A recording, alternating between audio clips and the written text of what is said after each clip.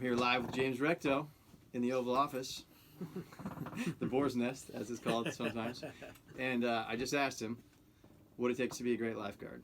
And he gave me an amazing answer, and I didn't have it on video. So he is going to tell everyone again what it takes to be a great lifeguard. We'll do the cliff notes. Yeah, exactly. The short version. It was like a 45-minute conversation. Yeah. So, I mean, if you want to be a good lifeguard, we'll start with like good and then great lifeguard. How about that? Yeah, it's easy to be a good lifeguard. Be on time, obviously. You know what I mean?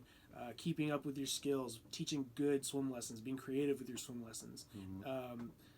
When it comes time for training, being the first, having all your equipment, having everything ready to go, being squared away, participating for certain events, whether it's like volunteer or whatever, or participating in the guard games, showcasing your skills, representing the pool that you work at.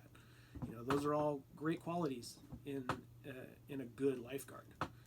Now, what separates a good lifeguard from a great lifeguard is that a good lifeguard does all these things, but ultimately they're just looking out for themselves. I'm not saying that they're not a team player, but all these things benefit them.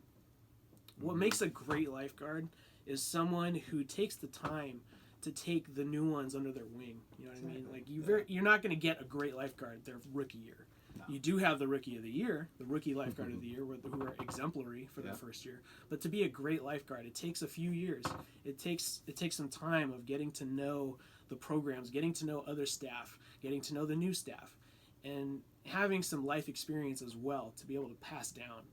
So not just being the best at your skills as a lifeguard, but being able to teach and leave a legacy behind for the next generation. Because those people will grow up to become instructors themselves at some point. Some of them will.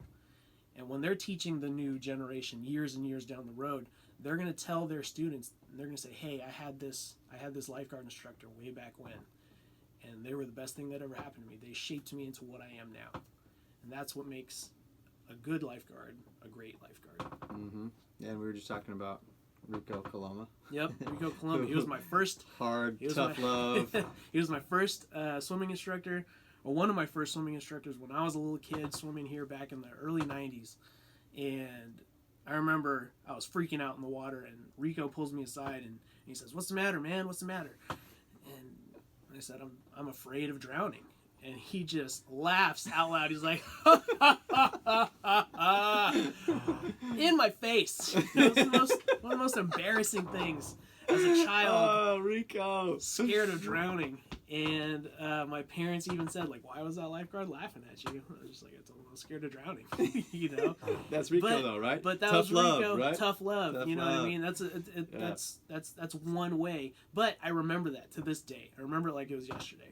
And sometimes tough love is what you need. When you're teaching, not just your students in your swim lessons, but other lifeguards as well. Not everyone's going to cotton to kid gloves. Sometimes people need that tough love. You have to be able to pick apart which students or which lifeguards or whoever in your life that you're trying to mentor, which learning style they have, what disciplinary style they cotton to, whichever. But again, it takes time. No one's ever going to get it their first time. It takes years and years of life experience and working with people and making a lot of mistakes along the way. Like, I worked at this pool back in 2000, all the way up to 2011 when I was leaving for the military. I was a lifeguard. I was a lifeguard instructor. I was a senior lifeguard. I was a manager. I did all these jobs, and along the way, I made a ton of mistakes. But at the same time, I learned a lot of lessons. I took other lifeguards under my wing. Showed them the ropes so they didn't have to make the same mistakes that I did. And I'm not saying that I'm a great lifeguard by any means, but I did have some knowledge to pass down to them, because oftentimes I was the older guy on staff, and a lot of times they would come to me with these questions, and some of these questions were hard, and I had to think, like, hey, how would I solve this if I was a lifeguard again? And I had to draw from that life experience. I had to draw from my past experiences as a lifeguard, all the mistakes that I made. And I think that helped make me become not just the lifeguard that I became, but also the adult that I am now. You know, How do you think that lifeguarding prepared you for? Because after you lifeguarded, you became an EMT and a Right. paramedic, right? Not a paramedic. Not I EMT? stayed as an EMT. So how do you think it prepared? And then after EMT, you did a full career in the military, right? Mm-hmm. So how do you think lifeguarding prepared you for those All things later on? Yeah. To be an EMT, like, you have to be a team player. You have to know your role, because there are a certain set of skills that you know, but there's a lot more skills that you don't know. So you have to know what part you have to play when it comes to any kind of emergency, whether it's a car accident, a shooting, a stabbing, what have you. And being a lifeguard, you're on a team.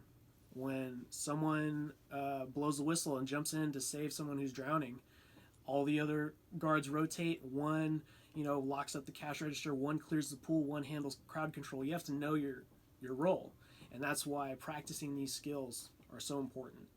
And at the same time, being the person who knows a little bit more and can kind of like wrangle these lifeguards to train, that's what sets you apart from being just a good lifeguard and working toward that great lifeguard status.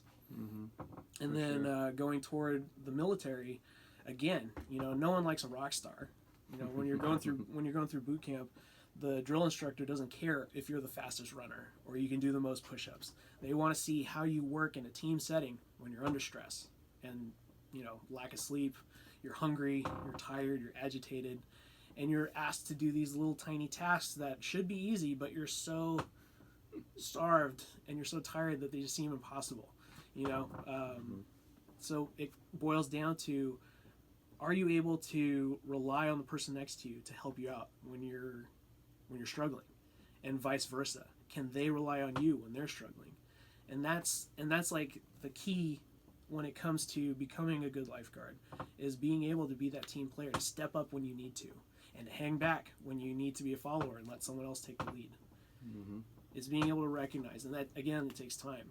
And it took me a long time. It took me 10, 11 years working at the pool. It took me 4 or 5 years working as an EMT, and then 6 years in the military to learn that, to learn how to be a leader, how to be an effective leader, but how to be a follower at the same time. But ultimately, it's being a team player.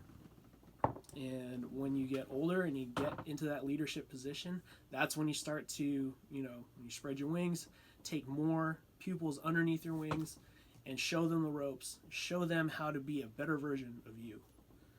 Because you can be a great leader, but at the same time, you want to create great leaders too. Exactly. That's how you get remembered, and that's how you become a great lifeguard forever. That's wisdom right there, man. Right? Thanks, man. James Recto, right here. OG. 2000 to 2011, and now military veteran, right here. Back in the V. Once a Back in the V. lifeguard, always a lifeguard.